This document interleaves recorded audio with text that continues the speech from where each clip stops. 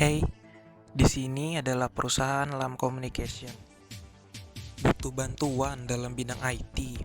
Hal-hal seperti pembuatan database, keamanan database, desain database, keamanan jaringan, data modeling, dan optimasi. Lams Communication hadir untuk membantu. Visi dari perusahaan ini adalah mengembangkan daya cipta dan kreativitas generasi muda di bidang IT yang berfokus pada keamanan sistem dan basis data.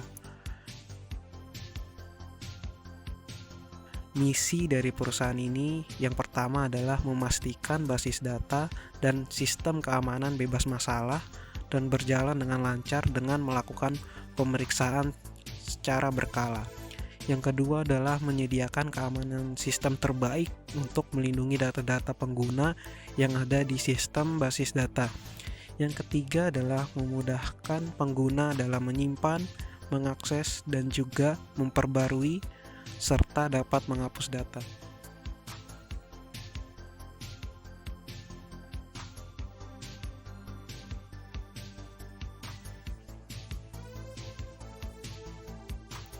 Assalamualaikum warahmatullahi wabarakatuh. Perkenalkan, nama saya Kala Maulia. Di sini saya adalah direktur dari perusahaan communication. Di perusahaan ini saya yang mengatur seluruh bagian dari perusahaan ini. Assalamualaikum warahmatullahi wabarakatuh. Saya Anissa sebagai Wakil Direktur Lams Communication. Di Lams Communication, kami selalu berusaha untuk menjadi perusahaan yang terpercaya dan terdepan. Dengan rekan-rekan kerja saya yang semangat dan cerdas, kami akan selalu memberikan yang terbaik kepada klien kami. Saya Muhammad Ibnu Afreji Ramadan sebagai Database Manager. Manajer basis data tidak hanya mengawasi penyimpanan informasi dalam suatu sistem. Ketika perubahan teknologi dan kemajuan baru dibuat, manajer basis data harus mengikuti perkembangan saat ini dalam desain dan aplikasi basis data. Perangkat lunak baru perlu diinstalasi dan diuji. Data perlu aman dari peretas dan pelanggaran dalam keamanan. Sistem basis data membutuhkan pelindungan dari bencana potensial lainnya, seperti badai listrik yang dapat menurunkan sistem. Diperlukan solusi pemulihan bencana. Manajer basis data juga merancang dan mengimplementasikan sistem baru. Tanggung jawab lain dari manajer basis data mungkin termasuk: yang pertama, mengkonfigurasi perangkat keras. Yang kedua, mempertahankan catatan tentang perbaikan dan instalasi. Yang ketiga, memecahkan masalah yang tidak terlihat dalam masalah sistem. Yang keempat, menginstal perangkat lunak dan pembaruan baru. Yang kelima, proaktif. Selain mengikuti perkembangan teknologi basis data, akan penting untuk mengikuti teknologi yang menautkan ke database. Saya Rifki Pratama dari Divisi Business Development. Divisi Business Development Database yaitu bertanggung jawab untuk pengumpulan data sebelum pengembangan database. Mereka merancang, mengembangkan, menguji, mengimplementasikan, dan memelihara database baru dan yang sudah ada. Pengembang database membuat metode dan sistem manajemen untuk mengakses secara efisien informasi yang disimpan dalam database. Mereka bekerja dengan konsultan dan anggota perusahaan lainnya untuk meningkatkan proses dalam database. Tugas-tugas dari divisi development sebagai berikut. Pertama, memodifikasi database dan produk sesuai dengan kebutuhan klien. Kedua, bekerja untuk menciptakan persyaratan fungsional. Tiga, memberikan bantuan kepada orang lain dengan topik yang berkaitan dengan manajemen data. Empat, membuat laporan pada database. Kelima, merancang dan mengembangkan arsitektur database. Perkenalkan, nama saya Muhammad Razik Fadilah. Posisi saya adalah divisi maintenance. Ketika sebuah database menjadi rusak, biasanya catatan tidak akan muncul seperti yang diharapkan. Masalah seperti ini dapat disebabkan oleh database yang korupsi. Database perlu dikelola atau maintenance agar database tersebut tertata dan dapat dipantau dengan baik. Perbaikan database harus diupayakan agar data-data yang kita miliki tidak hilang serta dapat kita atur setiap saat. Dalam hal ini, ancaman-ancaman harus dikenali dalam perencanaan keamanan yang komprehensif. Ancaman tersebut antara lain kehilangan yang tidak disengaja, termasuk kesalahan manusia, perangkat lunak, serta perangkat keras.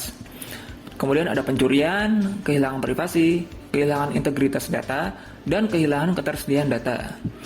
Perencanaan keamanan data yang komprehensif akan mencakup penetapan sesuai kebijakan dan prosedur yang berlaku, perlindungan fisik, serta perlindungan terhadap perangkat lunak.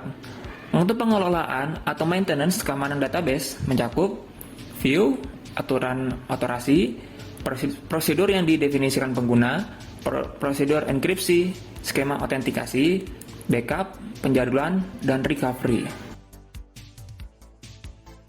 Saya Ananda Putra sebagai Information Security Manager. Information Security Manager merupakan pengelola aspek keamanan yang mengatur dan mengendalikan potensi bahaya serta faktor risiko guna mencapai perlindungan informasi perusahaan. Beberapa job desk Information Security Manager yaitu yang pertama, mengkoordinasikan dan melaksanakan langkah-langkah keamanan untuk sistem informasi untuk menyediakan akses yang sesuai dan melindungi kerahasiaan serta mencegah modifikasi yang tidak sah, penghancuran atau pengungkapan informasi perusahaan. Yang kedua, berfungsi sebagai konsultan keamanan informasi internal organisasi. Yang ketiga, melakukan penilaian keamanan informasi risiko dan berfungsi sebagai auditor internal untuk masalah keamanan. Yang keempat, mengimplementasikan kebijakan keamanan informasi dan prosedur organisasi. Yang kelima, mengkoordinasikan kegiatan komite keamanan informasi. Yang keenam, memonitor sistem kontrol internal untuk memastikan bahwa tingkat akses diselenggarakan dengan sesuai. Yang ketujuh, menyiapkan rencana pemulihan bencana. Yang kedelapan, mengantisipasi, mendeteksi, dan mengurangi akibat adanya insiden yang dapat membahayakan sumber daya informasi dan aset organisasi. Saya Ari Setia Darmawan dengan posisi sebagai Divisi Security Engineer.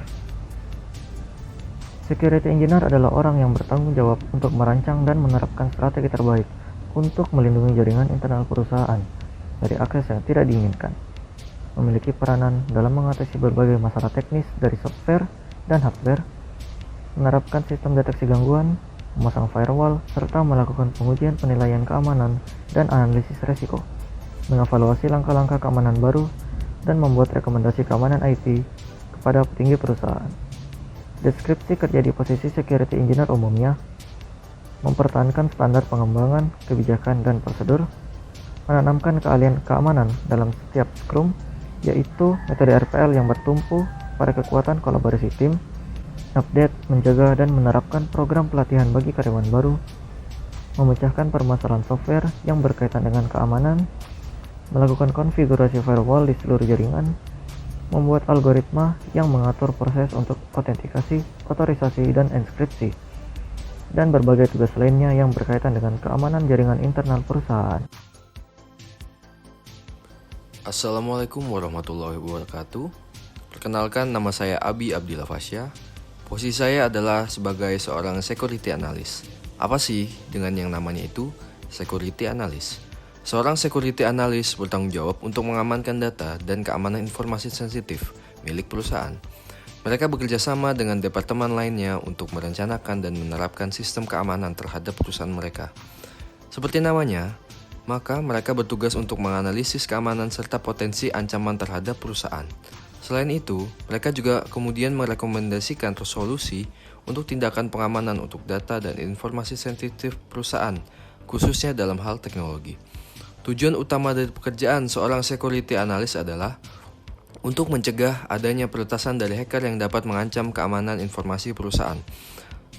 Seorang security analyst bertanggung jawab yaitu yang pertama, memonitor permasalahan teknologi. Yang kedua, mengganti dan menginstal software pendukung keamanan.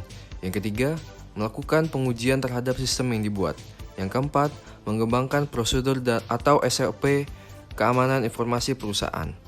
Yang kelima, memberikan laporan terkait kondisi keamanan data perusahaan. Assalamualaikum warahmatullahi wabarakatuh. Saya Fareza Ramadhani sebagai manajemen keuangan. Keuangan dalam sebuah perusahaan menjadi fondasi yang kuat terbangunnya sebuah perusahaan.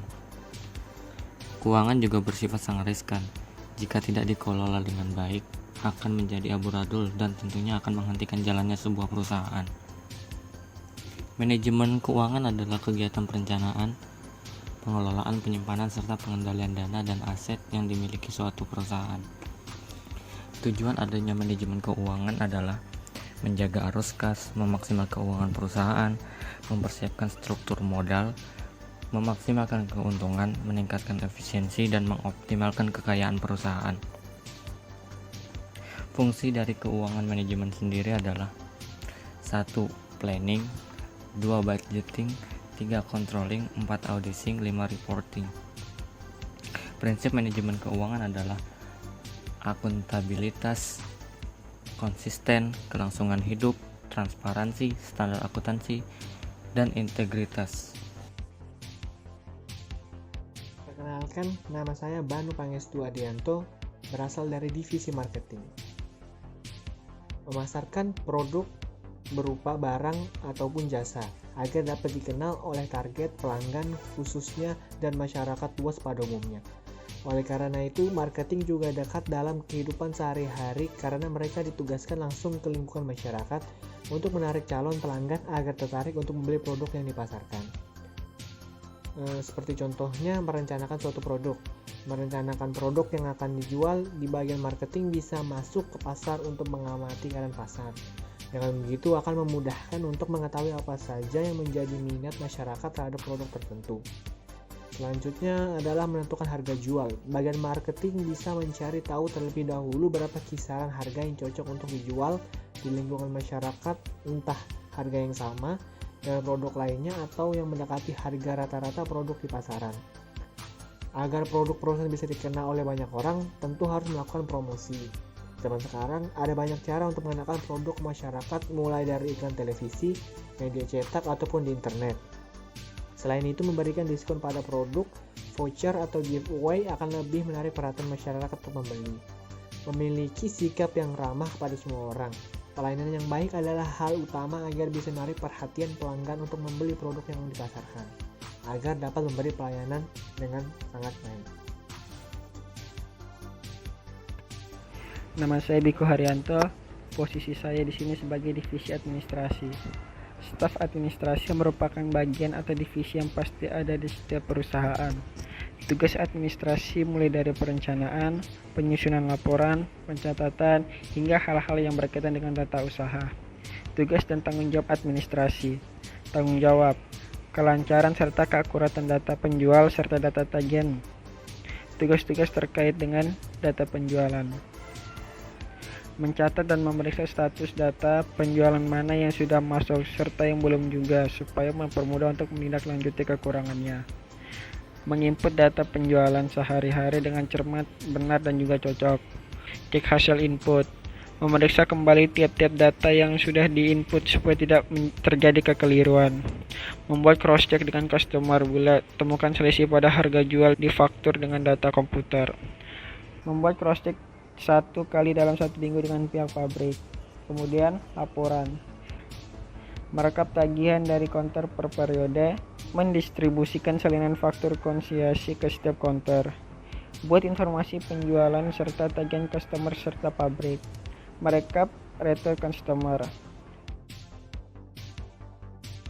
Dengan keamanan database secara real time, kami selalu mengutamakan privasi data-data klien yang bahkan pihak perusahaan tidak akan mengetahui data klien. Desain database kami rapi dan juga mudah untuk dibaca oleh semua orang.